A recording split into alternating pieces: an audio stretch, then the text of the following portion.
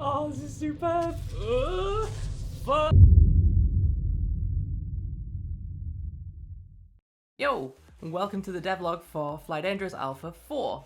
It's been a good couple of weeks now, 2 weeks since the last one, and I've been working on a couple of big chunky boys. Okay, before we go on, let's just hold the phone a second.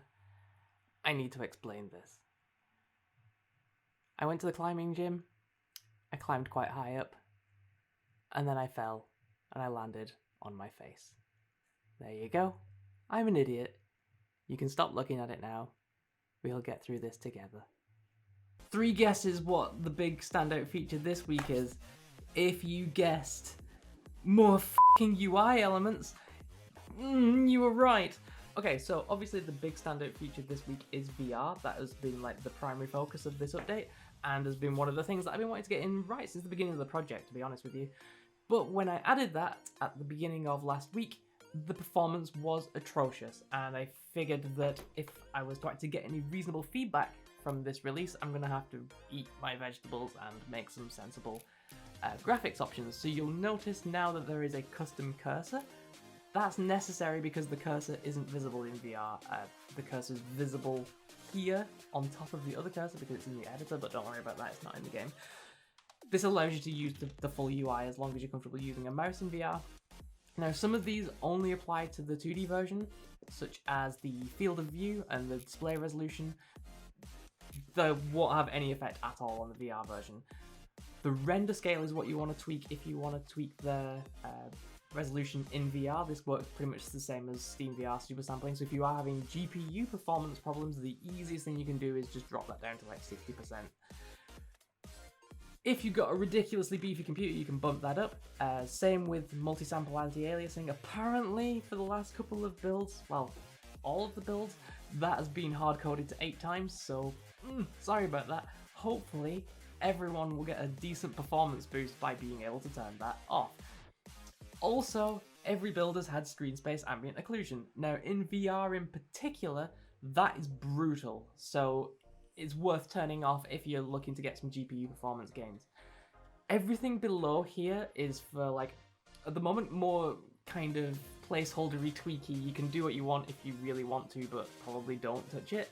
If you have a ridiculous, and I do mean ridiculously beefy computer, terrain chunk load distance, that will increase the number of chunks that are visible in the scene at any one time. Now, when it's 1, that's 1 away from the origin, which means that there are 9 terrain chunks. Each terrain chunk is 10 square kilometers. So if you increase that to 2, you're then adding 5 by 5 around that entire ring. And if you increase it to 3, which is the maximum allowing on this, because otherwise you get really bad performance problems, then you have 7 by 7, and that is a lot of terrain. Finally, I've added this geometry quality. This is particularly interesting. Up to now, it's had an LOD of just the maximum. I didn't even know this was a thing until I went hunting for it. It's called pixel error. This you can get down to maybe about 70 or something before you even really notice, and it saves a lot of triangles. So this is worth playing with if you're having CPU bound problems in terrain. If you bring it all the way back to 10%, you are going to have really dodgy popping in terrain, but you'll also have a lot less work on the CPU, so that's there if you want to have a play around with it. Eventually I will make some presets that hide away a lot of this crap, because nobody needs all of this, but I'll still allow people to tweak it in the config files or something like that. Now, if you are playing in VR, I've added a new binding, which is resetting the HMD position. That's F11 by default, because that just seems to be a lot of the games that I play is default binding. You can change to whatever you want, and it will remember it from scene to scene, but it doesn't currently remember your head position between game sessions, so you'll have to bind it to something that is actually within reach when you're playing. Now, bear in mind, if you do want to launch the game in VR, you need to pass the -VR flag. There's instructions in the download link. This will ultimately be handled by Steam, but right now you just got to pass in a flag to get it to initialize properly. So let's talk about things other than VR and more goddamn options. So now I've tweaked the cockpit a little bit, you might notice there are indicators that show when you speed up and when you slow down. Those indicators on the left is the calculated amount of work that the engine is doing. So it's the amount of thrust that is being output as a function of the maximum. You might notice if you use a lot of flight assist that this tends to go a little bit mad a lot of the time because it's trying to do what you ask it to. So if I push forward a little bit, it's like full power until it gets to a certain point, and then it pulls back, and then it's doing a little bit of juttering because my throttle is like noisy and it's adding a little bit of ask here and there. But if I put it all the way to full, it'll just stop. Cool. Now you'll also notice on the right hand side there is an additional dial labelled engine. Now this is changes to the boost mechanics. So previously there was just a set number of seconds you had to wait and then you could press the boost again. It wasn't detailed anywhere where what that value was. Still kind of isn't, but it's more intuitive now. You'll see what I mean in a minute. And you had to press it after it was ready. So that meant a lot of the time trials that we were doing on the Discord, the meta for that was how quickly, or how frame accurately could you time pressing the boost button, which kind of sucks, right? Like that's not really the point of interesting racing and interesting decision making or anything like that. So instead you can hold the button down as long as you want. So if I hold this down, it does a boost, cracking, awesome, and then it'll do another one. And it'll just keep doing it. I'm not letting go of the button, it's just doing it. But you'll notice it takes a certain amount of charge. So the way it works at the moment is it takes 70% of your charge to perform a boost. And it charges at 10% every second. A boost lasts 5 seconds. So that means it takes 7 seconds to gain that entire time back. That means you can do 2 consecutive boosts without being penalised at all, but your third boost, if you're still holding the button down, will take an extra second. And your fourth boost will take an extra second again. And then after that point, every single boost is 7 seconds. So it's a way of making it more interesting in terms of you thinking about when is the best time to use it rather than trying to time it. Now this extends into the time trials as well. So when you start a time trial, there's now a countdown timer. And a second before the countdown timer is ready to let you go, you can actually press that button, or you can hold the button down. I'll show you what I mean. So I'm just going to hold the button down now. Now at 1 second, it blasts off, or it charges and blasts off at the moment the timer goes. And I will always get 2 seconds and 73 milliseconds. Perfect. That means that at the start of the race, everyone is on an even keel. I noticed that some people had certain inputs or devices where it meant that they couldn't press reset and boost at the same time, which was honestly a crap way of doing things anyway. So hopefully that'll make things a little bit smoother for everyone going forward. Let's see, what else? Okay, so there has been some changes to the flight model. I said there would be last week, but there was a problem that was identified by Zav on the Discord that if you were traveling forward and like left or right or up and down at the same time, you effectively had 3 times the acceleration, right? Because each axis was being calculated independently, taking your max thrust and going what value of that. So if you were going at an angle, you could turn faster, go faster, whatever. That kind of sucks. So now the way that this works is when you request input into the axes, it figures out how far over you're going, and it divides the overall thrust by that, if that kind of makes sense. What that means is your thrust output is always limited to your maximum. You can't go over that. You can't have 3 times the amount by holding 3 axes down.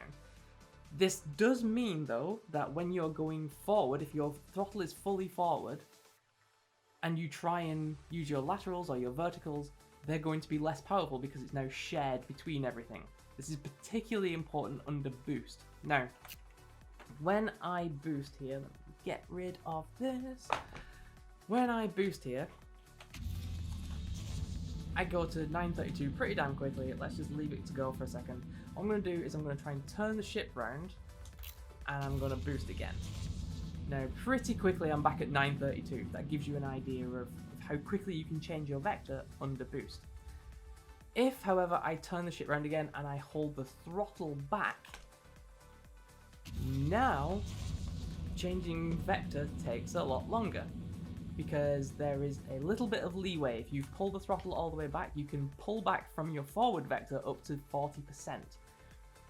This is pretty awesome when you're going through the canyons if you can get it right, if you can pull it off, because it feels like you have a little bit more control when you're coming to the crest of mountains. If you pull your throttle back, you actually have more of a chance of getting over the top of that mountain. Now what that also means is when you're going through these canyons, if you're getting towards the end, you can pull back and just about make it over it.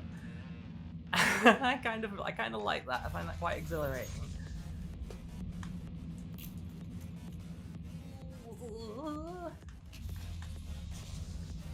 Yes, beautiful, beautiful. It might take a little bit of getting used to because, as I say, the axes are a little bit harder. So it does mean that your most valuable way of changing your vector is by pointing your ship in a direction, especially under boost, because there is a certain amount of forward thrust that you just can't cancel out. What that also does mean though is when you've got things like flight assist on, it's easier to drift around things under boost now. I think someone on the Discord was asking about that in particular, like drifting around space stations and stuff. In Elite is a lot easier versus how Fly Dangerous was. Now it's crunch. Now it is genuinely a lot easier, or at least I find it easier, but I don't play a lot of Flight Assist on, so, you know, you tell me on that one. I am a little bit concerned that I might have, like, made Flight Assist in particular suffer because of this change, due to the way that the thrust is distributed and the way that the Flight Assist model is always trying to make micro adjustments in order to get you on whatever input you're asking for. And as I say, certain inputs get prioritized. In particular, forward gets prioritized because that has a multiplier of 1, but yeah, I'm getting too far into the details. If you want to get into that, come and jump on the Discord, have a chat with me. Anyway guys, I think that's it for this week. Have a play around with it, let me know what you think. I'm sure there'll be a billion problems with the VR implementation and a whole bunch of other things that are probably broken, so, you know. The next update is going to be a big one and probably going to take a few weeks. I'm going to try and get in multiplayer, which terrifies the crap out of me, I'm not going to lie. But it's another one of those that the earlier I get it in, the less painful it becomes later on, and I think it'd be kind of cool to be able to like do a bit of follow the leader stuff. Basic multiplayer will require things like the ability to target each other and the ability to see where you are and what distance away you are, or possibly the ability to teleport if you're just playing free play. I'm not thinking of adding any other like game modes for this update. The next update is going to be just free play. It's just going to be a couple of ships can join in the same area. Then I can build on top of that, and then after that I want to start adding a bit of content, because we're kind of finally getting to that point now where we can start looking at content. You know, like holy shit, some races and a couple of new game modes and that kind of stuff. So I feel like a lot of the foundations are in place now, particularly with VR. I'm really pleased that that's in. I was worried about how the UI was going to respond to that in world space and stuff. There is definitely some bugs with VR, don't get me wrong, and I will try and fix them. This is the absolute bare minimum that I consider is necessary. So cool, yeah. Let me know what you think. See you next time. Peace.